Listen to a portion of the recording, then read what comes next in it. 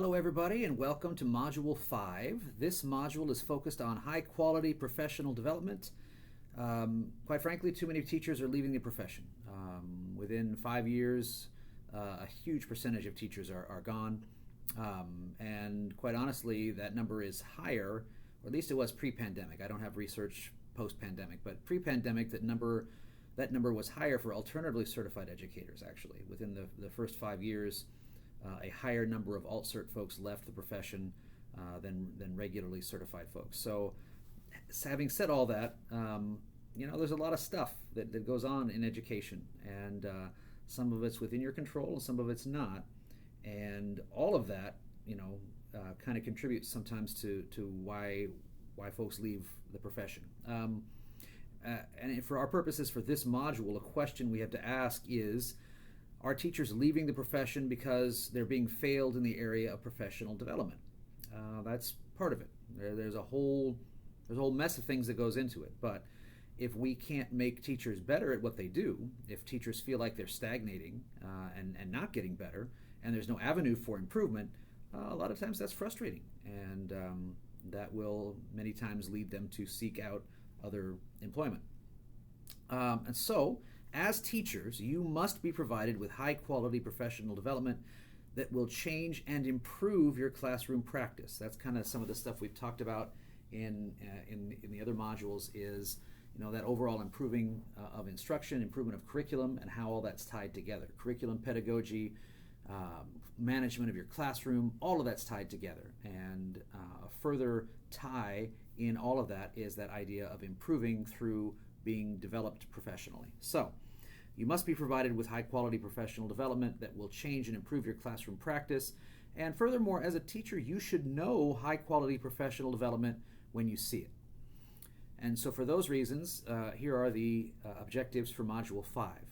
One is to examine the role of instructional leaders, which includes you all, by the way. We've talked about how teachers are instructional leaders, and especially people in your position who are coming to education with fresh eyes and with a definite gung-ho can-do attitude.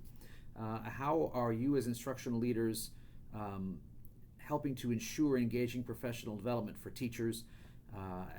If you don't have power for that in your building, how do the instructional leaders or administrators in your building ensure engaging professional development for you? And then the second objective is describe how effective technology can improve teaching and learning. There are 2 assignments in Module 5. The first assignment is just the regular discussion.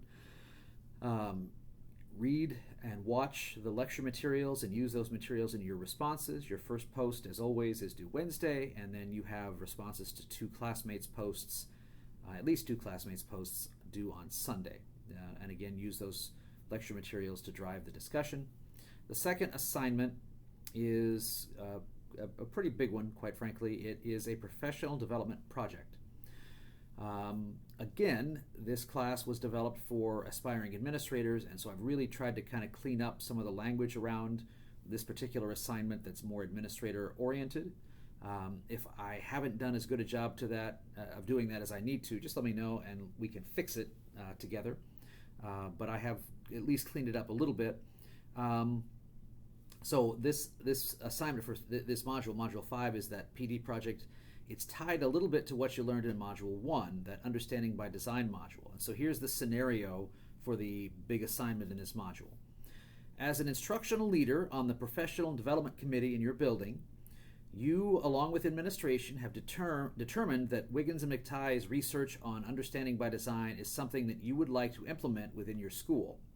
So using the research provided as well as other research and artifacts as necessary, design a PD plan, a professional development plan for implementation of UBD, Understanding by Design, within your building. Things to consider. What are the intended outcomes for your PD? So those would be basically objectives, but what are the intended outcomes for your professional development for your building? What's the length of time that you have to present?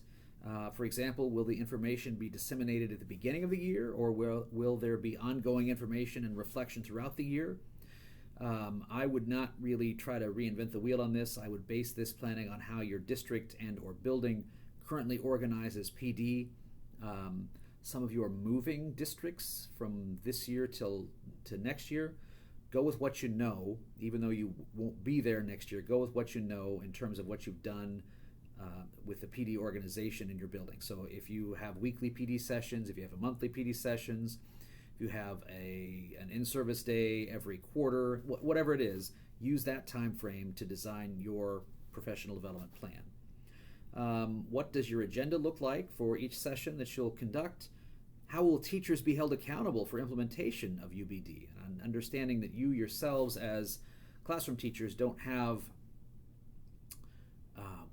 the back end of that accountability. That's not administration, but how will you design accountability into the plan as you set all of this up?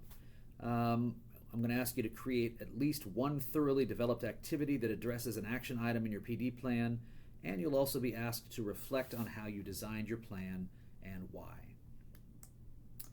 As an educator, you have likely attended some ineffective professional development, even in your, you haven't been doing this a real long time. I'm going to bet you've seen some doozies, even at this point in your careers.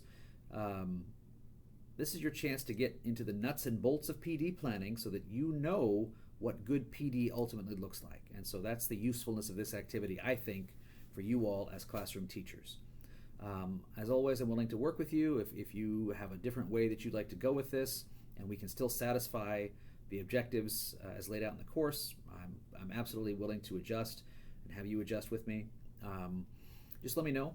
Again, I can be reached at dimmitt@nwmissouri.edu, or you can text me 660-254-4424. Take care, everybody, and I'm hopeful that by now your years have wound down and that your summer breaks have begun.